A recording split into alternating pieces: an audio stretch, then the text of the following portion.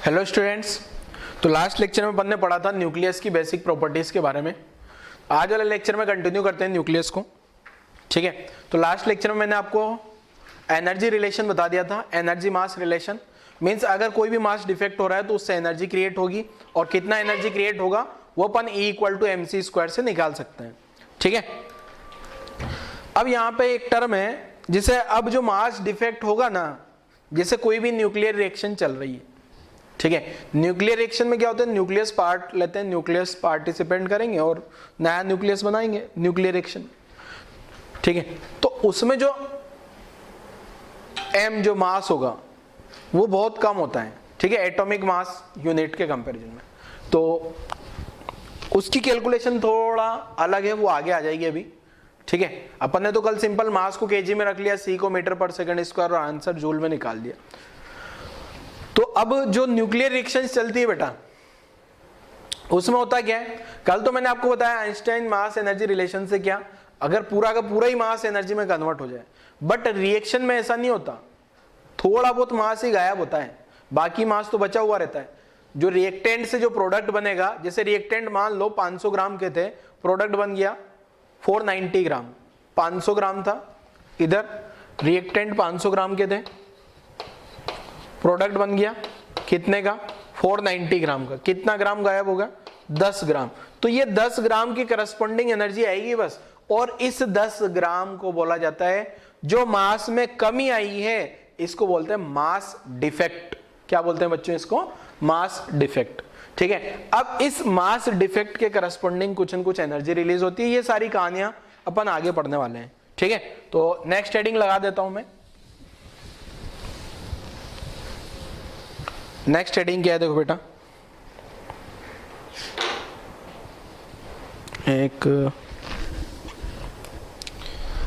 एक टर्म आती है मास डिफेक्ट। मास डिफेक्ट, और ये जो मास डिफेक्ट होता है इसको मैं रिप्रेजेंट करूंगा डेल्टा m। ठीक है, तो क्या है, देखो ये मास डिफेक्ट, इसके बारे में समझते हैं। जब भी कोई न्यूक्लियस बनता है बच्चों, जैसे मान लो, एक तो रिएक्शन का मास डिफेक्ट तो बता ही दिया मैंने। कोई भी रिएक्शन में मास डिफेक्ट क्या होगा, इनिशियल मास माइनस फाइनल मास करूंगा। ठीक है, तो मास डिफेक्ट आ जाएगा, जो भी मैंने 500 490 वाला बताया। अब एक कोई भी न्यूक्लियस जब भी बनता है, जैसे न्यूक्लियस है अपने पास जो C12 न्यूक्लियस बन के आ रहा है, ये जो मान लो मैंने C12 माना, 6C12। ठीक है, ये न्यूक्लियस मुझे बनाना है, तो ये न्यूक्लियस मिलके बना होगा बच्चों, न्यूक्लियस न्यूक्लियन से, और वो न्यूक्लियन कितने होंगे, एक तो न्यूक्लियन होता है प्रोटॉन और एक न्यूक्लियन होता है न्यूट्रॉन। तो मैंने आपको प्रोटॉन न्यूट्रॉन की कहानी समझाई थी कल वाले लेक्चर में। जो प्रोटॉन होता है बच्चे, उस प्रोटॉन को डिनोट किया जाता है क्या, ऐसा 1H1। ठीक है, इसके पास चार्ज प्लस और एक एटॉमिक मास यूनिट, इसका अपन मास मान सकते हैं 1 mu के बराबर, और चार्ज आ गया। और साथ में अगर मैं न्यूट्रॉन को बताऊं, न्यूट्रॉन जो होता है बेटा, इसमें चार्ज 0 होता है और इसका मास भी 1 mu के अप्रॉक्स माना जा सकता है, इसलिए इसको ऐसा रिप्रेजेंट किया जाता है 0n1। 0n1 का मतलब न्यूट्रॉन, मींस न्यूट्रॉन पे चार्ज कुछ भी नहीं है। यहां जो होता है, मैंने आपको बताया था, ये वाली टर्म जो होती है x a z, x तो न्यूक्लियस हो गया, z उसका चार्ज था, ये चार्ज है और ये मास है। ये मैं कल भी बताया था आपको प्रीवियस लेक्चर में। तो इसका चार्ज 1 आ गया, मास 1 आ गया, चार्ज 0 1। अब ये जो मास होता है ये एटॉमिक मास यूनिट में होता है। तो मुझे अगर ये C बनाना है, तो यहां न्यूक्लियर रिएक्शन में एक चीज ध्यान रखना, आगे भी और भी रिएक्शन आएगी, दो चीजें बैलेंस करानी होती है, एक तो चार्ज और एक मास। तो मैंने यहाँ पे ये जो कार्बन बना होगा, ये एक तो 1H1 होगा इसमें, और साथ में एक न्यूट्रॉन होगा। अब कौन कौन कितना कितना, ये बैलेंसिंग करा लेते हैं। ये बैलेंसिंग कराना बड़ा इंपॉर्टेंट होता है। ये जो बैलेंसिंग कराना आपको आनी चाहिए, आगे भी सिखा दूंगा मैं। देखो मेरे पास यहाँ 6 है, 6 है क्या, यहाँ चार्ज आ रहा है 6, इसके कारण कोई चार्ज नहीं आता 0, इसके कारण 1 चार्ज आ रहा है, तो मैंने 6 प्रोटॉन लेने होंगे।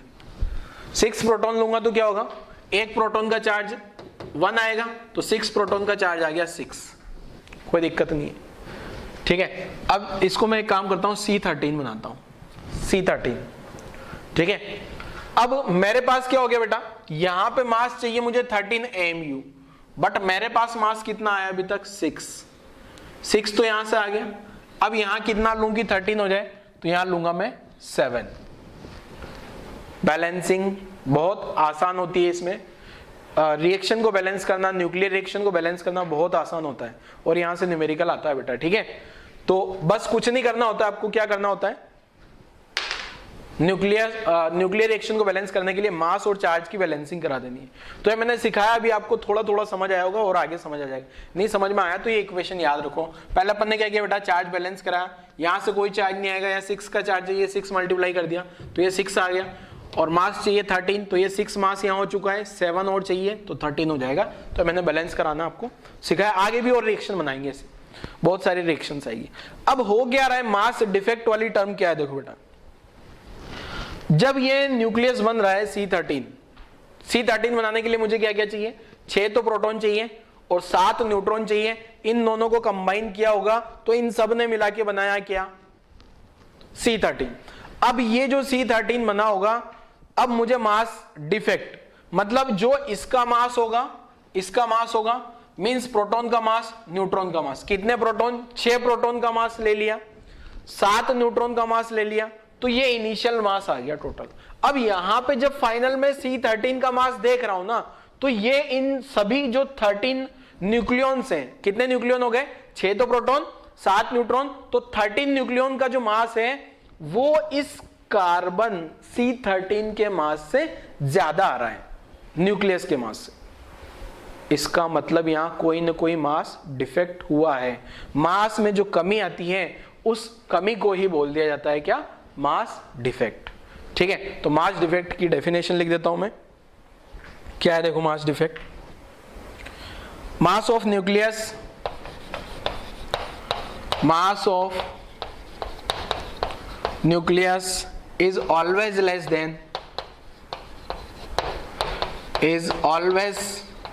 than the sum of masses of its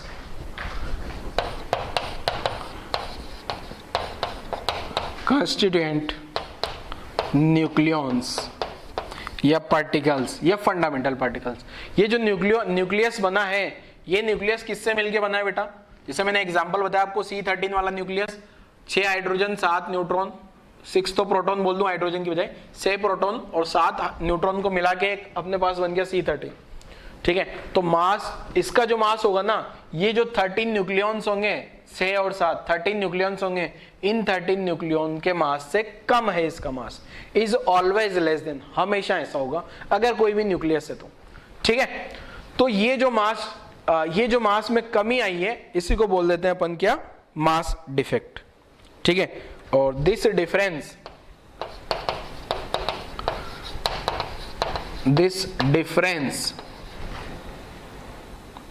ये जो डिफरेंस है is called mass defect, ठीक है।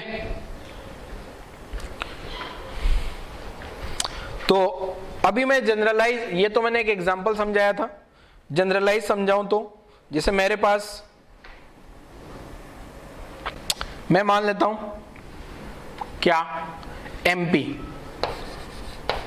MP and Mn are masses of proton and neutron. Proton and neutron का मास Mp और Mn मान लिया, एक्चुअल मास तो आपको बता रहा था लास्ट वाले लेक्चर में, Mp Mn मान लिया मैंने, एक प्रोटॉन और एक न्यूट्रॉन का मास, ठीक है। तो मास डिफेक्ट कैसे कैलकुलेट होगा, तो मैं कैलकुलेट कर रहा हूं क्या, मास डिफेक्ट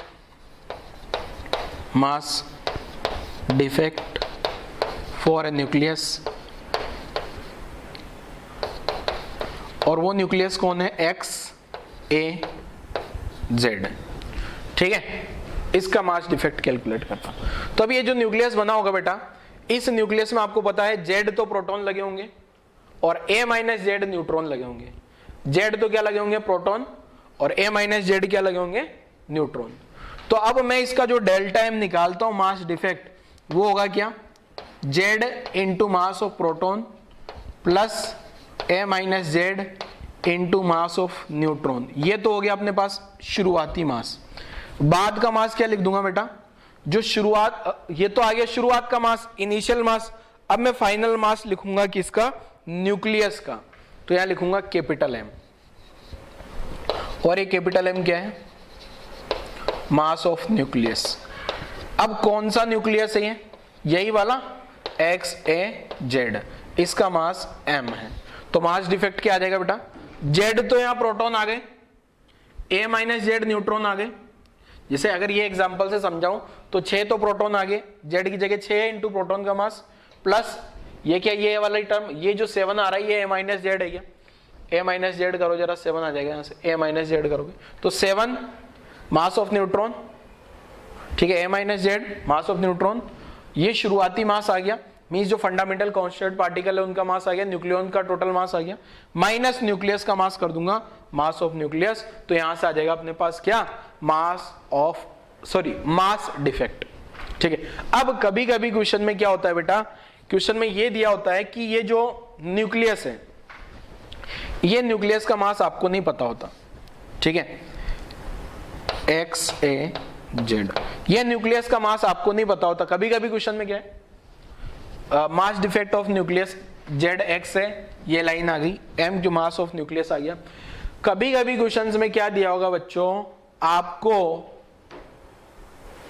न्यूक्लियस का मास नहीं देके एटम का मास दिया होगा, उसके करस्पॉन्डिंग जो एटम आएगा ना, उस एटम का मास दिया होगा। तो फिर आपको क्या करना है, देखो डेल्टा M जो होगा ना, वो आ जाएगा Z mass of proton plus A minus Z mass of neutron. ये तो इनिशियल मास है, इसमें कोई दिक्कत नहीं, माइनस यहां पे अगर मास एटम का दिया है तो उस एटम में से इलेक्ट्रॉन हटा दूं तो न्यूक्लियस बन जाएगा क्या, उस एटम में से क्या हटा दें बेटा, और Z इलेक्ट्रॉन होंगे क्या, कोई भी एटम में, जैसे ये हाइड्रोजन, ये कार्बन एटम है, इस कार्बन एटम में 6 प्रोटॉन है तो 6 ही न्यूट्रॉन होंगे क्या, 6 ही इलेक्ट्रॉन होंगे क्या।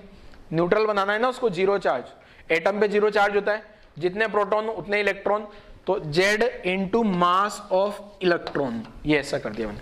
अब यहां से M क्या है, ये M एटम क्या है, मास ऑफ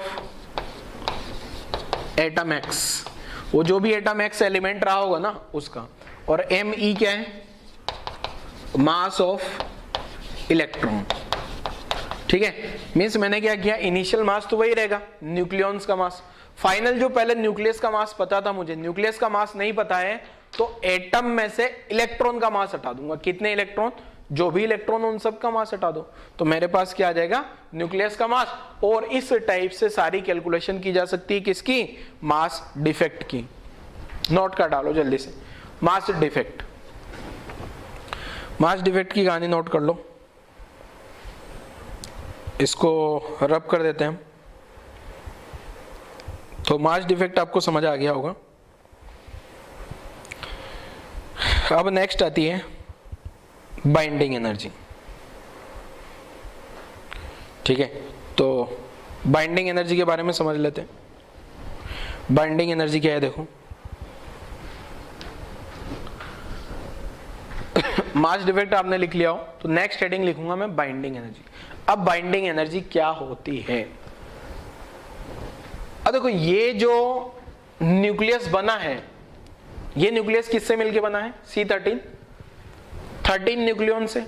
अब ये जब ये सारे न्यूक्लियॉन्स आए होंगे, ये न्यूक्लियॉन्स ने मिला के एक न्यूक्लियस बनाया C13, तो कुछ न कुछ मास डिफेक्ट हुआ, मास गायब हुआ, इसका मतलब कोई ना कोई एनर्जी रिलीज हुई होगी। उसको मैं लिख दूंगा, आइंस्टाइन एनर्जी रिलेशन था ना, E = mc² से। M क्या था, जितना मास गायब हो रहा है, तो यहाँ कितना मास गायब हो रहा है, डेल्टा M। यही डेल्टा M तो मास डिफरेंस है ना, इतना मास कम हो गया ना, मतलब ये मास गायब हो गया, ठीक है। तो बाइंडिंग एनर्जी क्या आती है, ये जो न्यूक्लियस बना है, इस न्यूक्लियस को बनने के प्रोसेस में जो एनर्जी रिलीज हुई है उसी को अपन बोल देंगे बाइंडिंग एनर्जी। और बाइंडिंग एनर्जी लिखूंगा डेल्टा एम इंटू सी स्क्वायर। तो बाइंडिंग एनर्जी क्या आ जाएगी बच्चे, डेल्टा एम इंटू सी स्क्वायर, जो एनर्जी रिलीज हो रही है इस न्यूक्लियस को बनाने में। यहां तक की कॉपी कर लिया होगा आप लोगों ने। तो डेल्टा एम को सी स्क्वायर से मल्टीप्लाई कर दूंगा तो मेरे पास आ जाएगा क्या, बाइंडिंग एनर्जी। तो नेक्स्ट हेडिंग लिख रहा हूं मैं, बाइंडिंग एनर्जी क्या है देखो,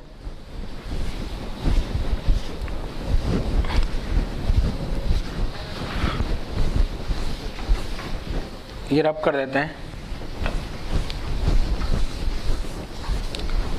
गायब गायब गायब।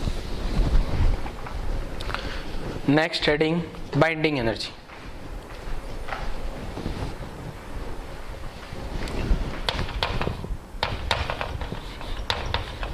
बाइंडिंग एनर्जी, इसको ई भी लिख दिया जाता है या फिर मैं तो शॉर्ट में इसको बी ई लिखता हूं हर बार। बाइंडिंग एनर्जी मतलब बी ई लिख दूंगा मैं तो, है ना, बी डॉट ई। बुक्स में ई बी लिखा जाता है, ई बी, ई के साथ में छोटा सा सब्सक्रिप्शन लगा देंगे।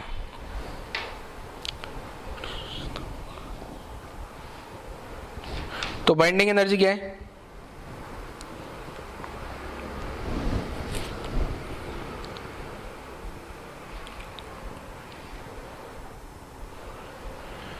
ये जो न्यूक्लियस फॉर्म हुआ होगा ना, न्यूक्लियस बना होगा ना, तो उस न्यूक्लियस को बनाने के लिए जितनी एनर्जी न्यूक्लियस जब बना होगा किससे, न्यूक्लियन से, तो न्यूक्लियन से जब न्यूक्लियस बना है तो जो एनर्जी रिलीज हुई है मास डिफेक्ट की वजह से, उसको क्या बोल देंगे अपन, binding energy.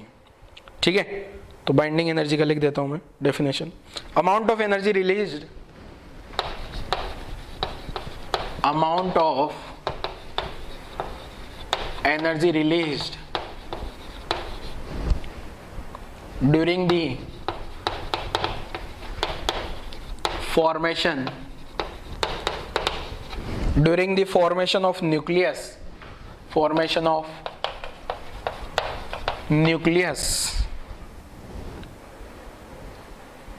by nucleons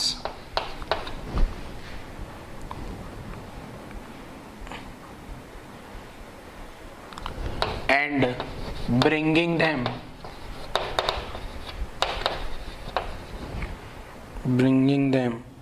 from infinite separation। मतलब ये मान लेते हैं कि वो सब इनफाइनाइट पे रखे थे और इनफाइनाइट से ले लेके मैं पास में लेके आया हूं न्यूट्रॉन प्रोटॉन को सबको, और जितना एनर्जी रिलीज हुआ है उसको बाइंडिंग एनर्जी बोल दिया। इसका रिवर्स एक डेफिनेशन और है।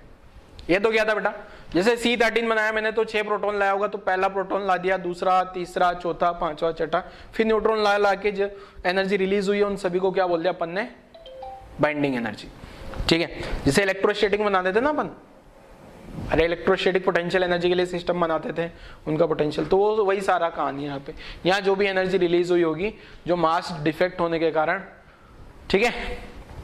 उल्टा क्या है, वो जो न्यूक्लियस बन गया है, अब स्टेबिलिटी आ गई है उसके पास, उस न्यूक्लियस को तोड़ना है मुझे, तो मुझे जो एनर्जी लगानी पड़ेगी, जो एनर्जी तोड़ने के लिए जो एनर्जी रिक्वायर्ड है न्यूक्लियस को, उस न्यूक्लियस को तोड़ के वापस से न्यूक्लियन में कन्वर्ट कर दें, तो उसके लिए जो एनर्जी रिक्वायर्ड होगी उसी को भी अपन बाइंडिंग एनर्जी बोल सकते हैं। ठीक है, तो क्या लिख रहा हूं देखो, it is the minimum energy, it is the minimum energy, it is the minimum energy required to break the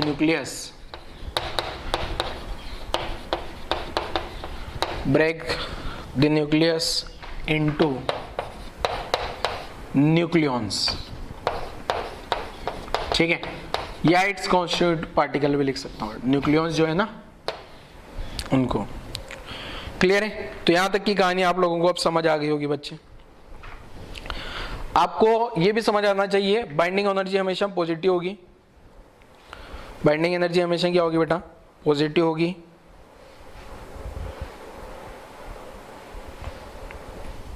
तो मैं लिख भी देता हूं, इट इज ऑलवेज पॉजिटिव, या binding energy is always, language में लिख देता हूं, पॉजिटिव, हमेशा पॉजिटिव होगी, एंड न्यूमेरिकली जो होगा ना, numerically equal to the energy equivalent of mass defect, numerically equal to energy equivalent of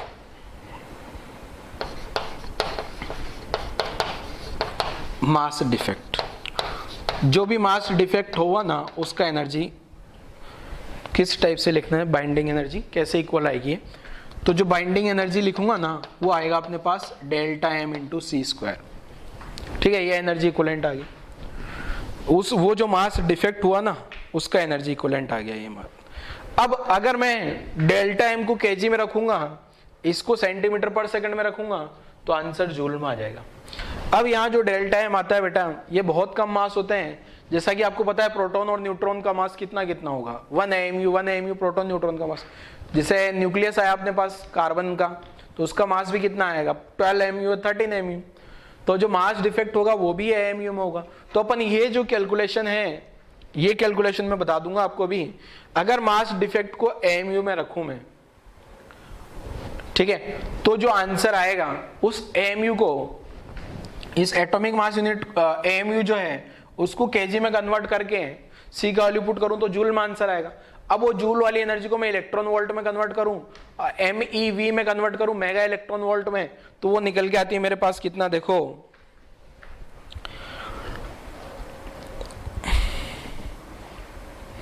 जो बाइंडिंग एनर्जी है वो मजेदार फॉर्मूला, और वही याद रखना है आपको। अगर मैं ये जो 931.5 MeV आंसर होगा कब, फॉर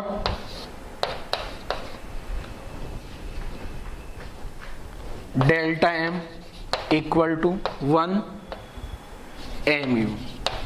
ठीक है, अगर एक एटॉमिक मास यूनिट का लॉस हुआ है तो बाइंडिंग एनर्जी कितनी निकल के आएगी, 1 AMU के करस्पॉन्डिंग। तो जो बाइंडिंग एनर्जी होती है वो कितनी हो जाएगी बेटा, बहुत इंपॉर्टेंट टर्म है ये जो मैंने बॉक्स में बना दिया। कुछ बच्चों के तो दिमाग में आ रहा होगा सर ये कैसे आया, वो भी मैं समझा दूंगा अभी, बट रट लेना इसको क्या, 931.5 मेगा इलेक्ट्रॉन वोल्ट किसके लिए, अगर मैं डेल्टा एम बोले तो मास डिफेक्ट, अगर 1 AMU का मास डिफेक्ट हो जाता है, 1 एटॉमिक मास यूनिट का डिफेक्ट हो जाता है, तो उसके करस्पॉन्डिंग जो बाइंडिंग एनर्जी आती है वो कितनी, 931.5 MeV। ठीक है, तो कहानी लिख लो जल्दी से, यही फॉर्मूले को मैं इस पैटर्न पे भी लिख सकता हूं बेटा, binding energy equal to delta M, यहां लिख दूं मैं इन AMU। चलो आगे लिखता हूं ऊपर, यहां तक की कहानी लिखो, पहले यहां तक की कहानी लिखो जल्दी से।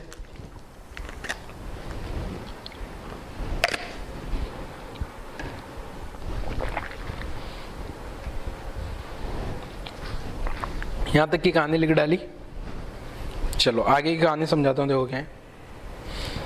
इसको जो है ना लिखने का एक तरीका और है, डेफिनेशन आप लोगों ने लिख ली होगी, इसको गायब करते हैं।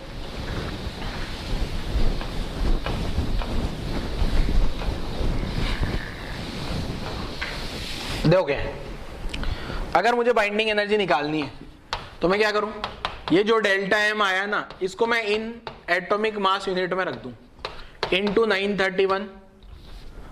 931.5 कर दूं, तो मेरा जो फाइनल आंसर है मेगा इलेक्ट्रॉन वोल्ट में आ जाएगा। कैसा आया देखो,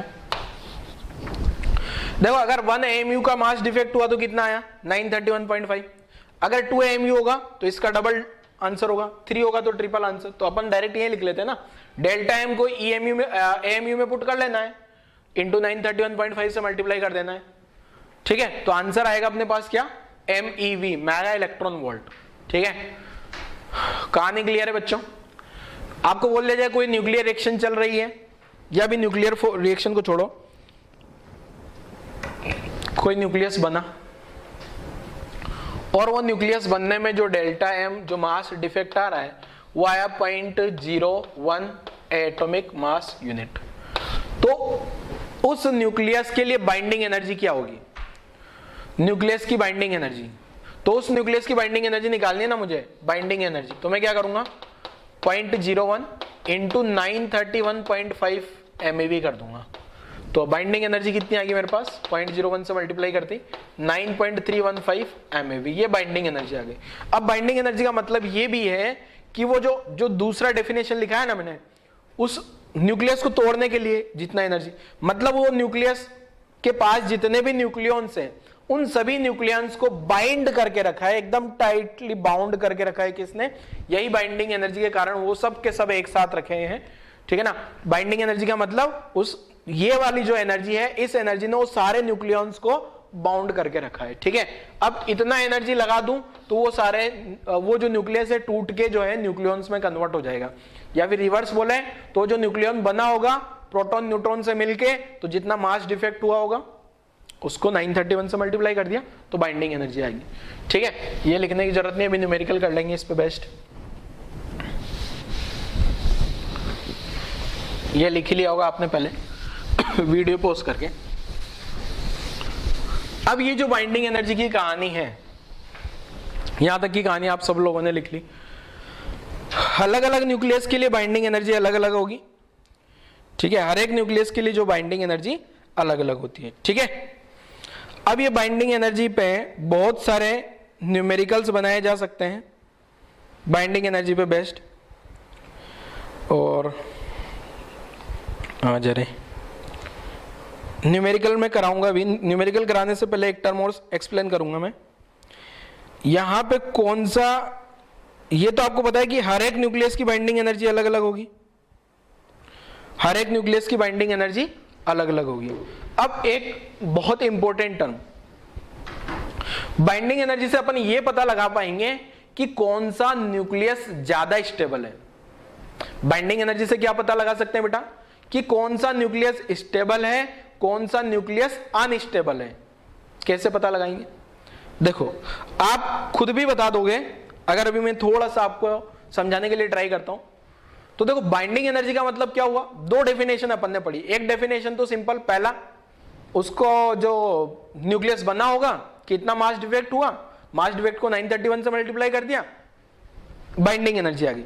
दूसरा मेथड क्या, उस न्यूक्लियस को तोड़ने के लिए जो एनर्जी रिक्वायर्ड है। बाइंडिंग एनर्जी का मतलब उस न्यूक्लियस, वो जो एनर्जी ना वो एनर्जी ने उसको बाइंड करके रखा है। अब सुनना ध्यान से आप, जैसे मान लो एक अननोन न्यूक्लियस है एक्स और एक अननोन न्यूक्लियस है वाई, दो न्यूक्लियस है मेरे पास में, ठीक है।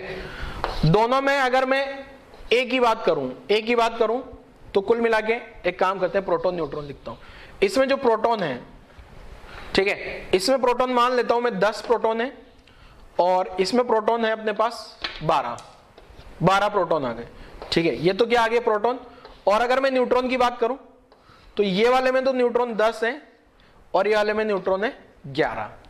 मतलब टोटल न्यूक्लियॉन्स की बात की जाए तो किसके न्यूक्लियॉन्स ज्यादा हैं, ऑब्वियसली वाई के न्यूक्लियॉन्स ज्यादा हैं, ठीक है, वाई के न्यूक्लियस। अब मैं बाइंडिंग एनर्जी की बात करता हूं, तो बाइंडिंग एनर्जी अगर देखी जाए बच्चों तो इसकी भी 100 जूल आ रही है और इसकी भी 100 जूल आ रही है बाइंडिंग एनर्जी। सपोज ये आपने एक थ्योरेटिकल डेटा मैंने आपको दिया, यहां से मैं आपको ये विजुअलाइज करा रहा हूं कि X और Y न्यूक्लियस में से कौन सा न्यूक्लियस ज्यादा स्टेबल है और क्यों है, उसके पीछे का रीजन भी डायरेक्ट बता दूंगा मैं, वो तो आपको समझ आएगा, डायरेक्ट तो याद ही रख लोगे, बट एक बार थोड़ा सा आप दिमाग लगाओगे तो आप खुद से भी समझ सकते हो। एक बार खुद से सोचने के लिए ट्राई करो कि ये जो X एंड Y न्यूक्लियस है, मैंने कंपैरिजन 100 इसलिए लिया ताकि आप इजीली कंपेयर कर पाओ। देखो ये X न्यूक्लियस में क्या है, ये 100 जूल एनर्जी, ये जो 100 जूल एनर्जी है, इस 100 जूल एनर्जी ने कितने न्यूक्लियॉन को बाउंड करके रखा है, 20 न्यूक्लियॉन्स को। कितना, 10 प्रोटॉन और 10 न्यूट्रॉन, मतलब 20 न्यूक्लियॉन को बाउंड करने के लिए कितना एनर्जी चाहिए मुझे, 100 जूल। बट ये जो Y न्यूक्लियस है, Y न्यूक्लियस में क्या हो रहा है बेटा, कितने न्यूक्लियॉन आ गए, 23 न्यूक्लियॉन को बाउंड करके रखा है किसने बाउंड करके रखा है, 100 जूल एनर्जी ने। तो ये बताओ कौन से वाले न्यूक्लियस को तोड़ना आसान है, मतलब कौन इजीली टूट जाएगा, एक्स या वाई? सोचो जल्दी से, एक्स और वाई में से किसको इजीली तोड़ा जा सकता है? देखो ये वाई को इजीली तोड़ सकते हैं अपन। क्यों? क्योंकि ये जो 100 जूल है, इस दोनों का 100 जूल है, ये 100 जूल ने 20 न्यूक्लियॉन्स को बांध के रखा है आराम से, 20 न्यूक्लियॉन को। बट ये बेचारे वाई में क्या हो रहा है, एनर्जी तो उतना ही है पर न्यूक्लियॉन बढ़ गए। तो ये जो 100 जूल है ना, इसके कंपैरिजन में ज्यादा अनस्टेबल है, मतलब ये वाला ज्यादा स्टेबल है। क्यों? क्योंकि जो है, अब ऐसा नहीं कि इसकी न्यूक्लियॉन्स ज्यादा है इसलिए, न्यूक्लियॉन से नहीं, बाइंडिंग एनर्जी पर न्यूक्लियॉन से देखा जाता है। क्या बेटा? Binding energy per nucleon.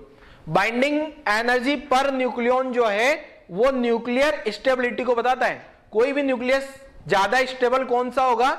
जिनका बाइंडिंग एनर्जी पर न्यूक्लियॉन ज्यादा होगा। इसका बाइंडिंग एनर्जी पर न्यूक्लियॉन निकालूंगा, ये बाइंडिंग एनर्जी, टोटल न्यूक्लियॉन कितना आ गया।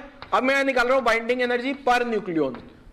पर न्यूक्लियॉन ये होता है ना प्रोटॉन प्लस न्यूट्रॉन, तो इसके लिए कितना हो जाएगा 100 अपॉन 10 + 10 20। इसके लिए आ जाएगा 100 बाइंडिंग एनर्जी और ये आ गया 23। तो ये वाली क्वांटिटी ज्यादा है क्या इससे? 100/23 से ज्यादा है क्या? इसका मतलब एक्स वाला न्यूक्लियस ज्यादा स्टेबल है। अब मैं डायरेक्ट बता रहा हूं, आपको याद रखना है क्या, बाइंडिंग एनर्जी पर न्यूक्लियॉन जो है वो न्यूक्लियर स्टेबिलिटी के डायरेक्टली प्रोपोर्शनल होता है। कौन सा वाला न्यूक्लियस ज्यादा स्टेबल होगा? जिसके लिए बाइंडिंग एनर्जी पर न्यूक्लियॉन ज्यादा होगा, वही न्यूक्लियस ज्यादा स्टेबल होता है। ठीक है, तो समझ आ गया? तो मैं लिख रहा हूं अगला पॉइंट क्या है, इसको हटाते हैं, कहानी को अभी न्यूमेरिकल के थ्रू कवर करेंगे इसको आगे। यहां से मैं आपको एक बस फील कराना चाह रहा था, बाइंडिंग एनर्जी पर न्यूक्लियॉन। देखो बाइंडिंग एनर्जी पर न्यूक्लियॉन का मतलब क्या है? बाइंडिंग एनर्जी पर न्यूक्लियॉन मान लो किसी के लिए आ रही है 7 मेगा इलेक्ट्रॉन वोल्ट पर न्यूक्लियॉन, मतलब इसका एक न्यूक्लियॉन को बाइंड कर रखा है कितना एनर्जी ने? 7 ने।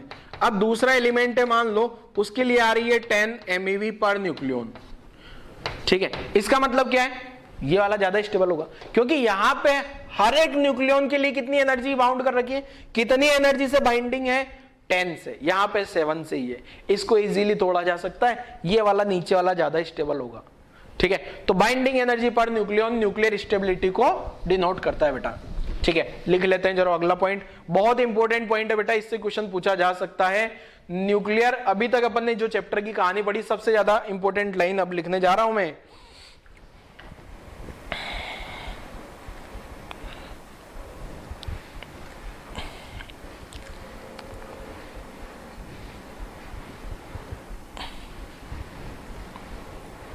हाँ जा,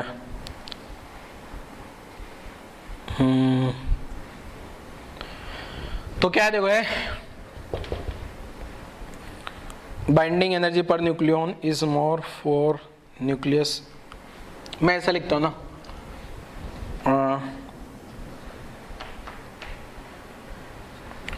बाइंडिंग एनर्जी, क्या लिख रहा हूं देखो, इफ बाइंडिंग एनर्जी को शॉर्ट में बी लिख दूंगा मैं, binding energy per nucleon, binding energy per nucleon is more for a nucleus, for a nucleus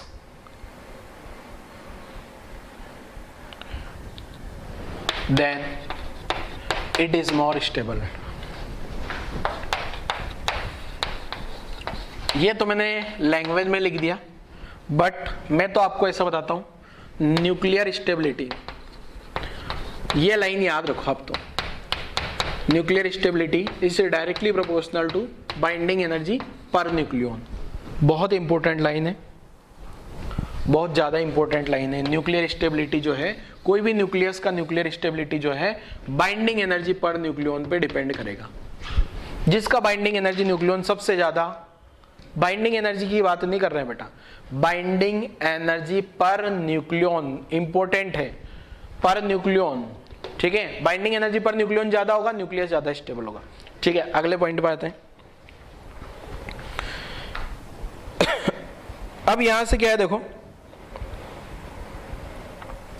एक ग्राफ खींचा जाता है बाइंडिंग एनर्जी पर न्यूक्लियॉन का ए के साथ में, binding energy binding energy per nucleon का ए के साथ में ग्राफ, तो वो भी समझा देता हूं क्या है। देखो एक सेकेंड, हाँ एक काम करता हूं, पहले इसके एक दो न्यूमेरिकल कर लेता हूं। इतनी सारी कहानी अपन ने जो समझे ना, उसके एक दो न्यूमेरिकल करते हैं, फिर वो ग्राफ पाता हूं। तो यहां तक लिख लो आप।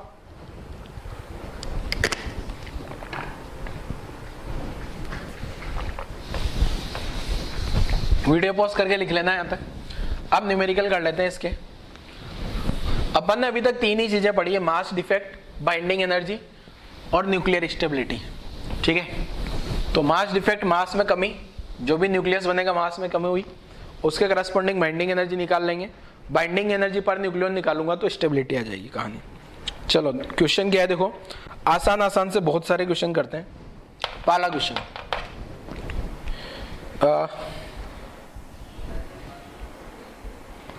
अरेंज PQR, तीन न्यूक्लियस है, अरेंज PQR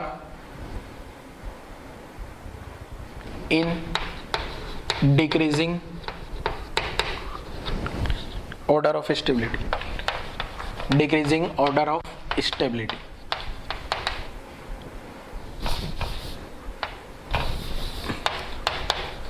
स्टेबिलिटी, ठीक है। PQR कोई अननोन न्यूक्लियस, ऐसा नहीं है कोई है वो एलिमेंट का वो जो क्या बोलते हैं उसको सिंबल है, वो नहीं है ना।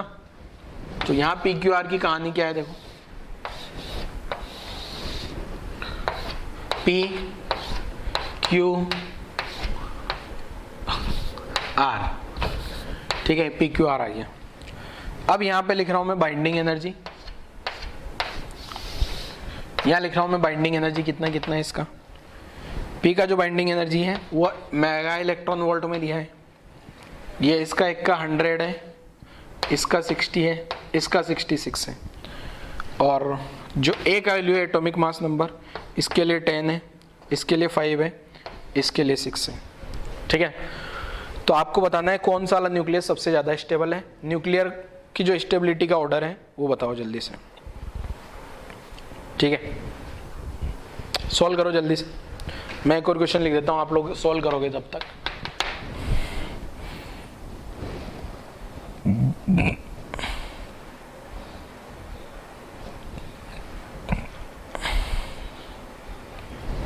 अ न्यूक्लियस, एक सेकेंड,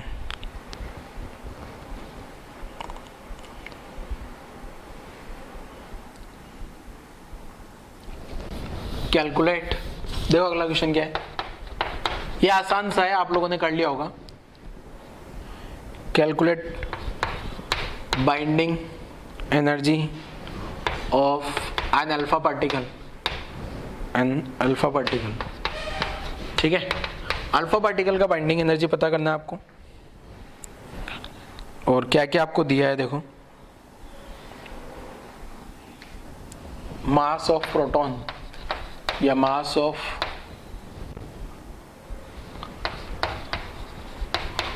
प्रोटॉन जो दिया है,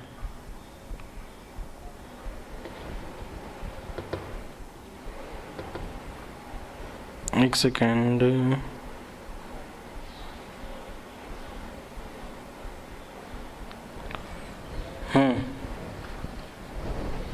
मास ऑफ प्रोटॉन नहीं है, mass of 1H1 atom means hydrogen atom, 1H1 atom, ये जो दिया है ना 1.007826 MU। ठीक है, और मास ऑफ न्यूट्रॉन दिया है, मास ऑफ न्यूट्रॉन क्या है 1.008665 MU। कैलकुलेशन बिना कैलकुलेटर के करनी है बेटा आपको, मुझे पता है थोड़ी सी हार्ड है बट आप लोग कर लोगे। मास ऑफ 2He4 एटम, ये अल्फा पार्टिकल नहीं है, 2He4 एटम है। अल्फा पार्टिकल क्या होता है, इस एटम में से दोनों इलेक्ट्रॉन हटा दूं तो अल्फा पार्टिकल बन जाता है। दो इलेक्ट्रॉन होंगे ना इसके पास, उन दोनों को हटा दो आप, MU। और कैलकुलेशन शुरू कर दो जरा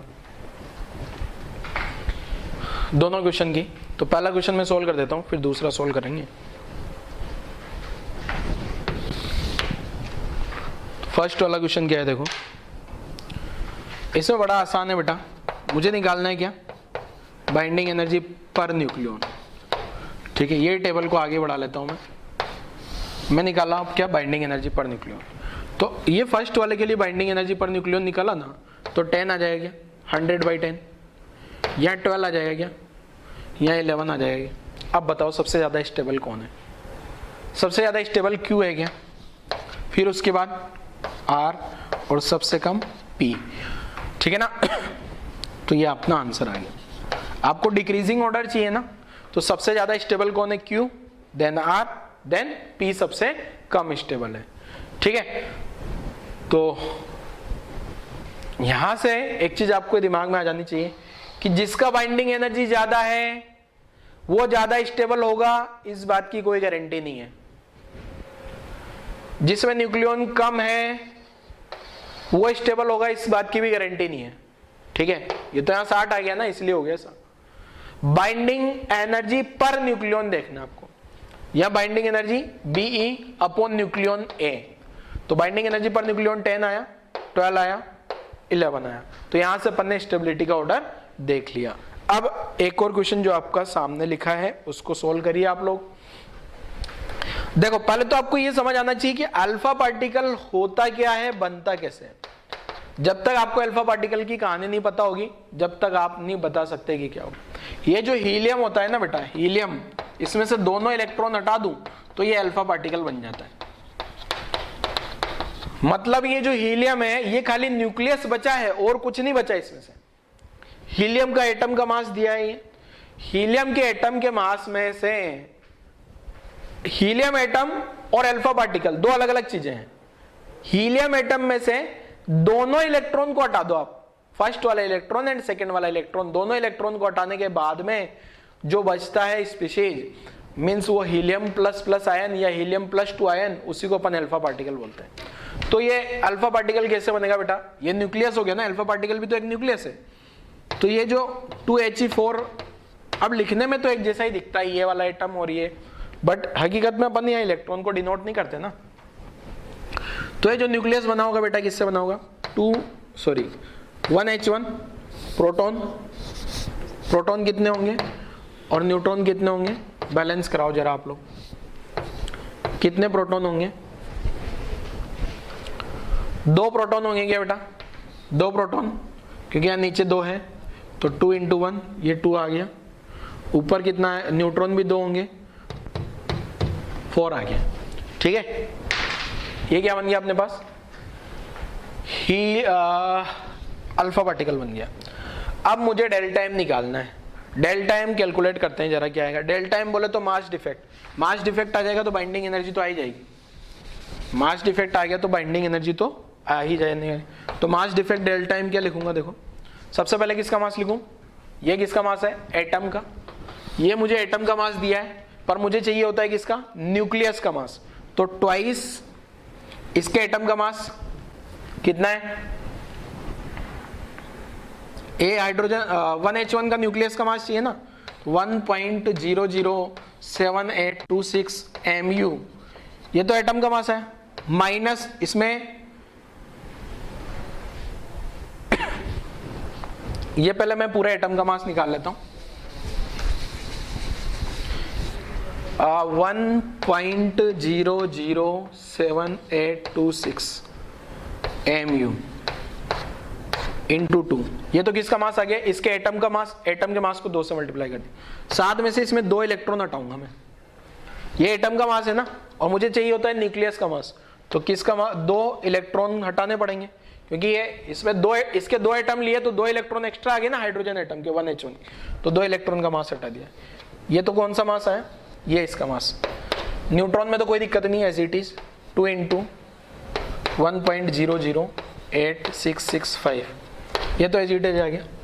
अब यहाँ माइनस करूंगा ना, माइनस अगेन ये भी एटम का मास है क्या बेटा, हीलियम एटम का मास, तो माइनस करके यार मैं डेल्टा एम क्या ना एक ही लाइन में लिखूंगा तो अच्छा लगेगा, इसलिए मैं चाह रहा हूँ डेल्टा एम को कुछ ऐसी जगह लिखूं कि पूरा का पूरा एक ही लाइन में आ जाए, ताकि आपको कोई कंफ्यूजन नहीं रहे। ठीक है, तो मुझे यहाँ मिटाता हूँ, यहाँ मिटाता हूँ, यहाँ भी मिटाता हूँ डेल्टा एम को। अब मैं यहाँ लिखता हूँ जरा, शायद यहाँ भी नहीं आएगा एक लाइन में तो, पर मैं ट्राई करूँगा, छोटा छोटा लिखता हूँ। डेल्टा एम जो आएगा, क्या लिखा था हमने, 2 × 1.007826 AMU minus 2 mass of electron plus 2 proton का मास, 2 प्रोटॉन का मास कितना है 1.008665, ये तो इनिशियल मास आ गया अपने पास, ठीक है, माइनस, अरे राम, ये जो हाइड्रोजन एटम का मास है, ये भी तो एटम का मास है 4.00260, ये अब इसमें से कौन सा मास हटाना पड़ेगा मुझे, 2 मास ऑफ इलेक्ट्रॉन, 2 इलेक्ट्रॉन का मास हटाना पड़ेगा।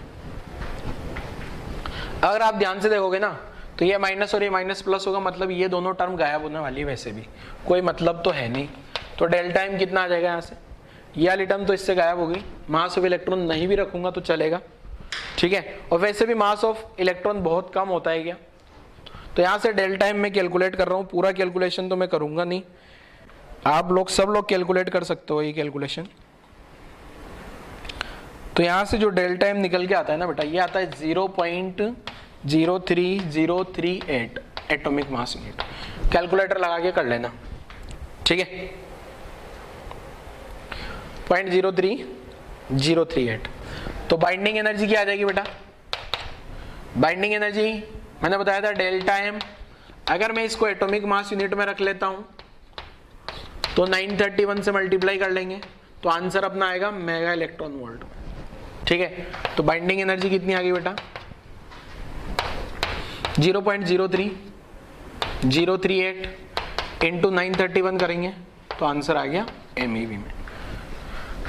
तो कितना आगे देखो है, तो यहां से जो बाइंडिंग एनर्जी निकल के आती है ये आ रही है 28.3 MeV, ठीक है। सोल्व कर लेना आप, बिना कैलकुलेटर लगा के सोल्व करो बेटा, प्रैक्टिस ऐसे करो कि विदाउट कैलकुलेटर, ठीक है ना,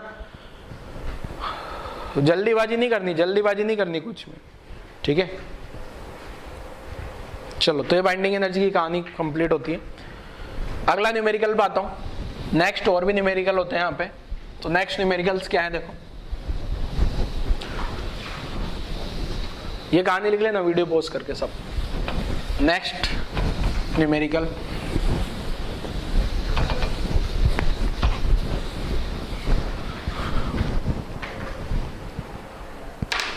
तो नेक्स्ट न्यूमेरिकल लिख देता हूं, देखो क्या है,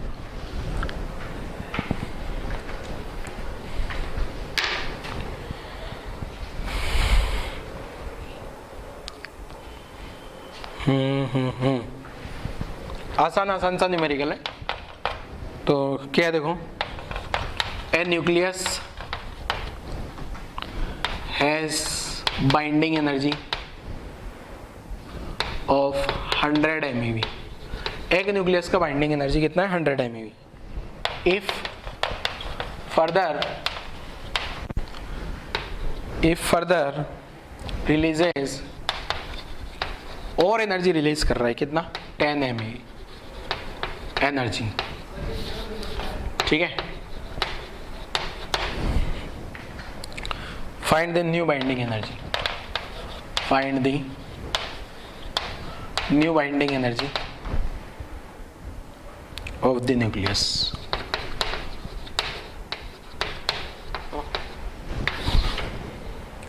ठीक है, एक और लिखता हूं, ये क्वेश्चन सोल्व करो जल्दी से पहले तो आप लोग।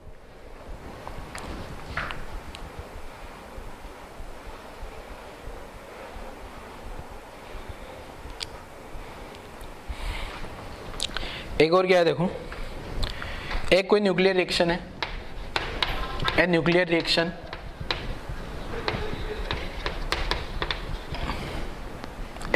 रिएक्शन इज गिवन एज, यहां नीचे मैं एक न्यूक्लियर रिएक्शन लिख रहा हूं, ठीक है, उसमें बन रहा है A+B और ये मिला के बन रहे हैं C+D।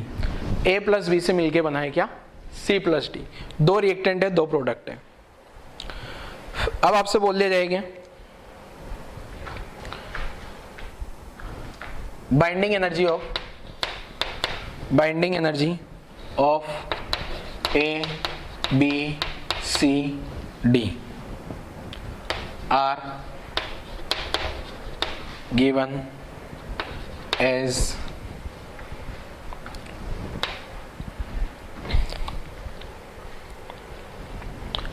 To MeV, 3 MeV binding energy है ना, ये A का आ गया, ये B का आ गया, और C और D का भी लिख रहा हूं। C और D का जो है 2.01 MeV, 3.02 MeV। Find the energy released in this reaction. Find the energy released in the reaction. सोचो जरा आंसर क्या होगा, ये वाली रिएक्शन में कितना एनर्जी रिलीज हुआ होगा। चलो ये वाला क्वेश्चन सोल्व कर लेंगे।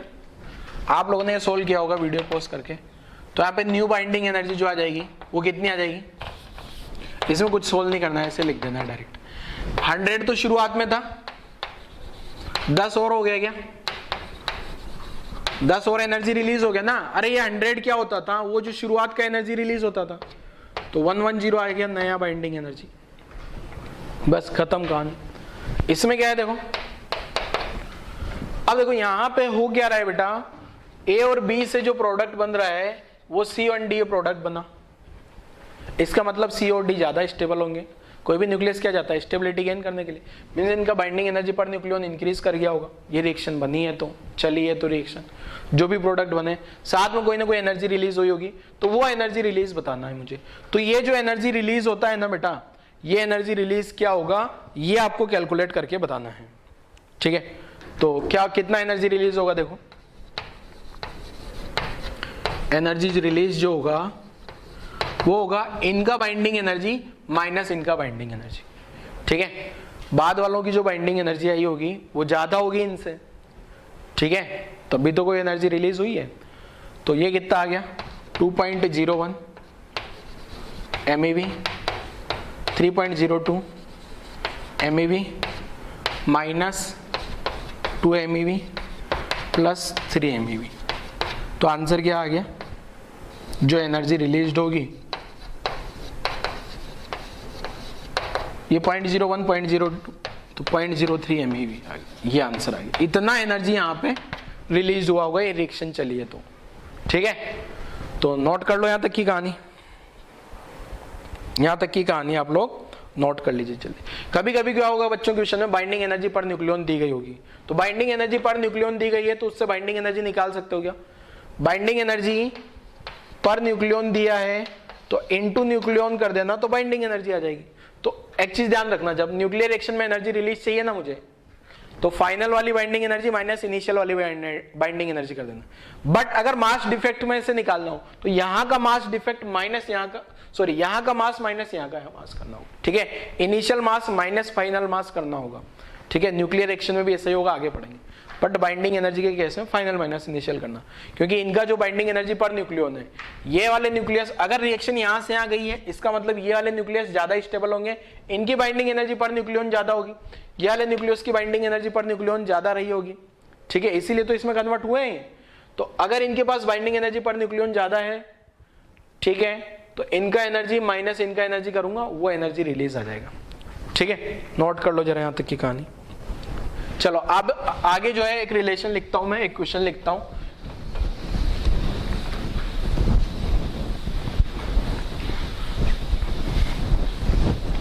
क्या है देखो क्वेश्चन,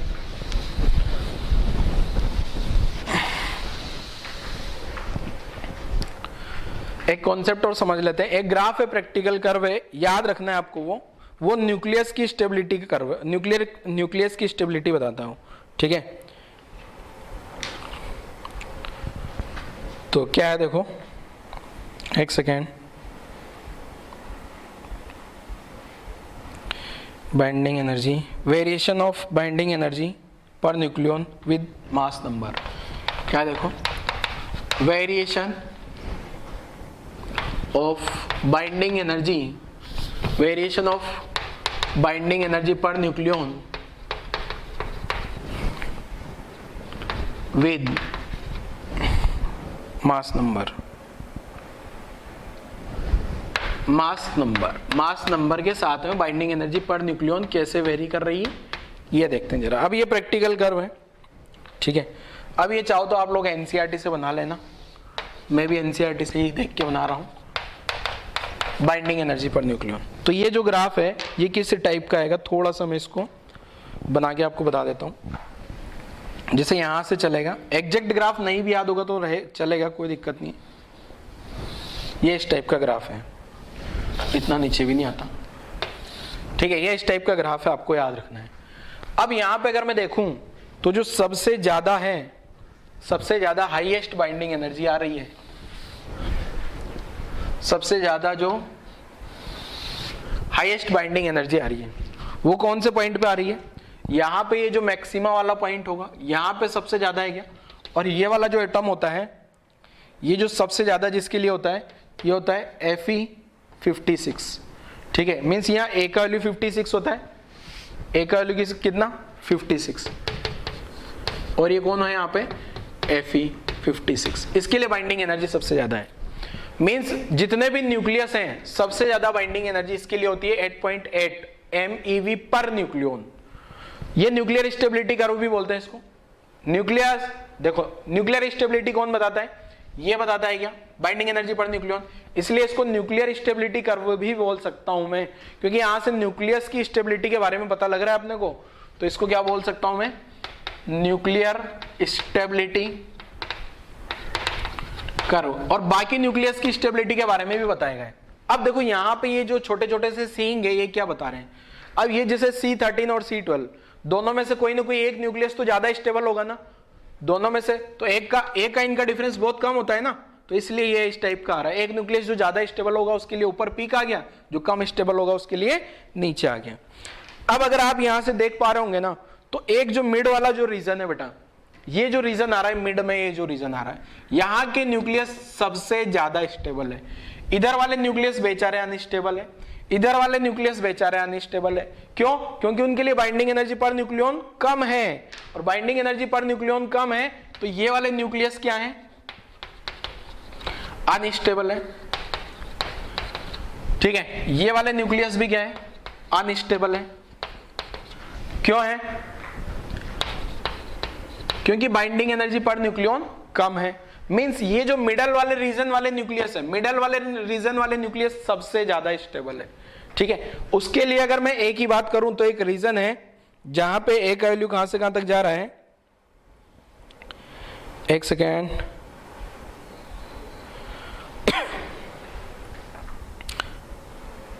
फर्स्ट पॉइंट आपको ये याद रखना है, जो ए का वैल्यू लेस देन 170 हो और ग्रेटर देन 30 हो, इसको बोल रहा हूं मैं मिडल मास नंबर, ठीक है। Nucleus of middle mass number, nuclei of middle mass number, ये स्टेबल है। ये क्या है, स्टेबल न्यूक्लियाई है। क्यों है? क्योंकि मैंने आपको बताया न्यूक्लियर स्टेबिलिटी क्या होता है बेटा, न्यूक्लियर स्टेबिलिटी क्या है, ये जो न्यूक्लियर स्टेबिलिटी होता है ये directly proportional to binding energy per nucleon है क्या। और ये ग्राफ देखने से पता लग रहा है बाइंडिंग एनर्जी पर न्यूक्लियन ये जो मिडल रीजन में सबसे ज्यादा होगा, तो ये वाले न्यूक्लियस सबसे ज्यादा स्टेबल हैं, पहला पॉइंट। दूसरा पॉइंट, जिनके लिए ज्यादा है ए का वैल्यू ग्रेटर देन 170 है, या जिनके लिए ए का वैल्यू, जिनके लिए ए लेस देन 30 है, और ये जो है ए लेस देन 30 वाले या ए ग्रेटर देन 170 वाले, जिनको बोला जाता है हेवी न्यूक्लियस। ये क्या है बेटा, ये है अपने पास हेवी मतलब भारी मोटे ताजे न्यूक्लियस हैं, ये सब अनस्टेबल हैं। क्या है ये सब अनस्टेबल? क्यों है? क्योंकि इनके जो बाइंडिंग एनर्जी पर न्यूक्लियन से वो कम है, ये जो बाइंडिंग एनर्जी पर न्यूक्लियन से कम है, ठीक है। तो ये जो हेवी न्यूक्लियस है ए ग्रेटर देन 170 वाले, ठीक है, ये सब न्यूक्लियस क्या चाहते हैं, टूट टूट के छोटे न्यूक्लियस बनना चाहते हैं। ये वाले जो न्यूक्लियस हैं ये चाहते हैं हम टूट के दो पार्ट में हो जाएं, और हम भी कुछ स्टेबिलिटी गेन करें, तो यहां से जैसे मान लो ये 170 का था, ये 170 का दो पार्ट में टूट गया, कितने में, 100 और 70 में, 100 और 70 में टूट के ये इस रीजन में आ गया क्या, ये स्टेबल न्यूक्लियस वाले रीजन में चला गया क्या, तो ये न्यूक्लियस भी स्टेबल हो जाते हैं। तो ये वाले जो न्यूक्लियस हैं ए ग्रेटर देन वाले, ये करते हैं nuclear fusion process, fission sorry, nuclear fission process बोलते हैं इसको। जो न्यूक्लियस टूटते हैं ना, एक बड़ा न्यूक्लियस छोटे छोटे दो न्यूक्लियस में टूट जाता है स्टेबिलिटी गेन करने के लिए, ज्यादा छोटे छोटे नहीं, मिडल रेंज वाले, तो इसको बोला जाता है न्यूक्लियर फिजन प्रोसेस। और एक क्या होता है बेटा, ये जो छोटू छोटू न्यूक्लियस है, ये जो A<30 वाले हैं, A<30 वाले, इनको बोला जाता है लाइट हल्के न्यूक्लियस। लाइट है ये, लाइट बोले तो हल्का वाला, प्रकाश वाला लाइट नहीं है, उजाला वाला लाइट नहीं है ये, ठीक है, हल्के न्यूक्लियस है।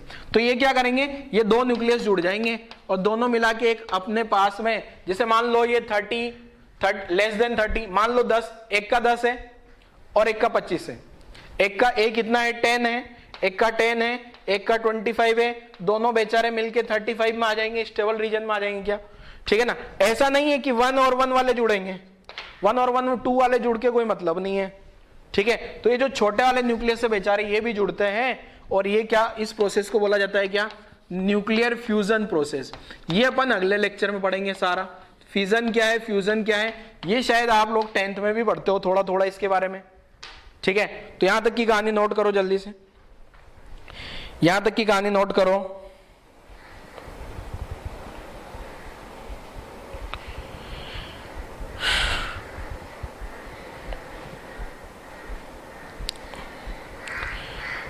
ठीक है,